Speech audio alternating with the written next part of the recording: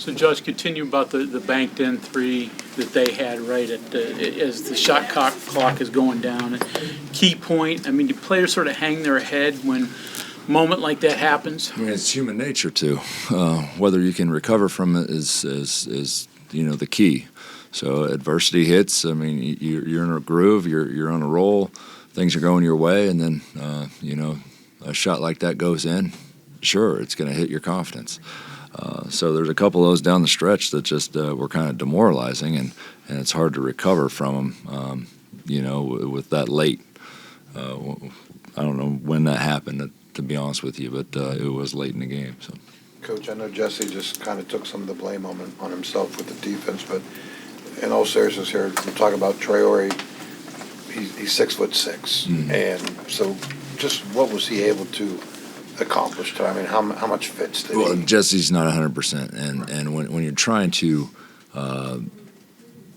stop a guy of that size, and you're allowed an arm bar, but your wrist is right there. Right, and sure, he's still trying to protect that wrist, and there's still some pain there, and it's not uncommon, but it's still where we're at with it, and the whole question is whether you send a double or not. And more than anything, you try to get him to catch off the block and do your work early. He was getting really deep position, and Jesse was behind, and if he gets a couple bounces with his size and strength, he's going to get right underneath the rim, and so consequently he did. Now the question is, do we double or not? And it's hard to double a team like that, And as well as they pass, they pass that thing right out there, and one more, and it's another 3-point shot. So it's an adjustment we probably need to take a look at as a coaching staff, whether we should have done it or not. And in this position, you second guess everything, and you question it, and you overanalyze it after the fact to figure out what you can do differently to. In terms of learning for the next game. If you have to double on him, then that really opens up the floor. I mean, then you're 4-on-3 elsewhere, and the credit to BYU, they're excellent at reading the defense. They're excellent at making an extra pass. They had 19 assists, 8 turnovers. I mean, Hall was 12 assists by himself. So. Yeah, I mean they play really good team basketball, and when they're clicking, they're clicking. And you look at the Big 12 standings, and they're making right at their average tonight in terms of threes per game. They're right at their average of the way they score the ball. But to me, it's the 27 easy buckets they got that we can really control. They're going to make shots. They're going to make open shots. That's what they do. Josh, you guys have kind of like sagged and packed it in lately on defense, but that's not the team to do that against, I'm guessing. How did you guys do things today, and what did you see as far as response? So I think sometimes we were dropping when we should have been dropping, and it created a lot of opportunities where there's too much help, and the ball movement was as good as I've seen all year. So. They took advantage, and they read the defense, like I said. So if you make a mistake, any ball screen coverage or don't catch a curl, I mean, there's so many things you can look at and analyze defensively where we made mistakes. And credit to them, like they said, they see a defensive miscue, they take advantage of it. And a lot of teams that you can recover, and BYU consequently, they made us pay for all of our defensive mistakes.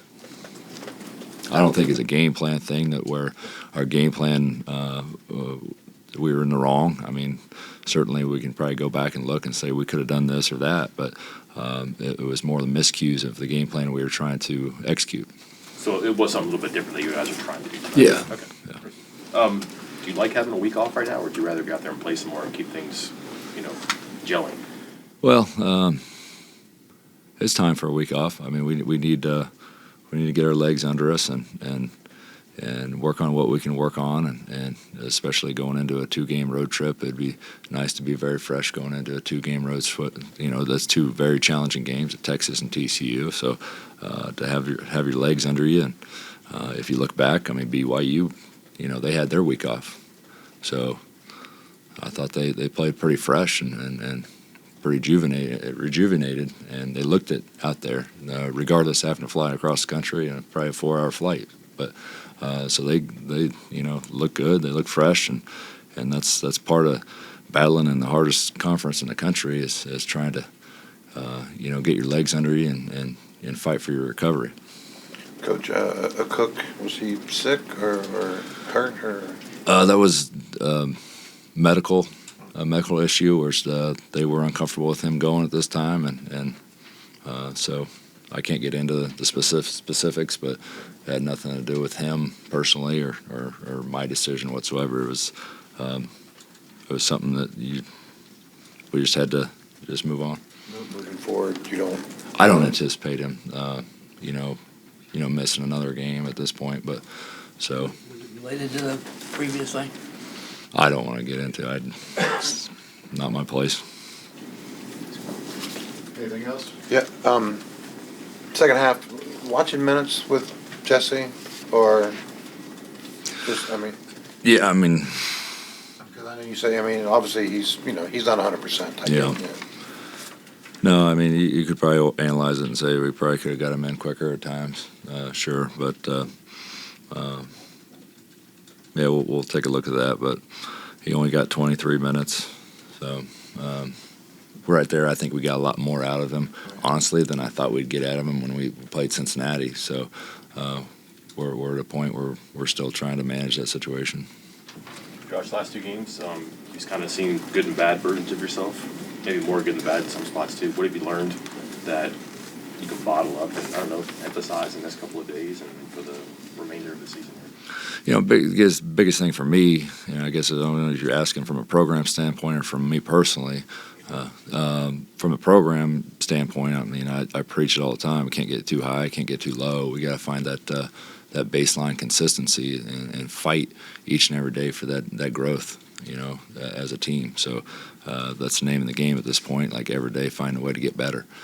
And probably took a step back tonight in terms of executing our game plan to a T, and certainly, like I tell these guys all the time, the game of basketball is full of mistakes. There's mistakes everywhere, and the team that does the best job of minimizing those mistakes usually wins. And we didn't do a great job of minimizing our mistakes, and they took advantage of them. And when a team hits 13 threes and 39 points from the three-point line, it's hard to overcome.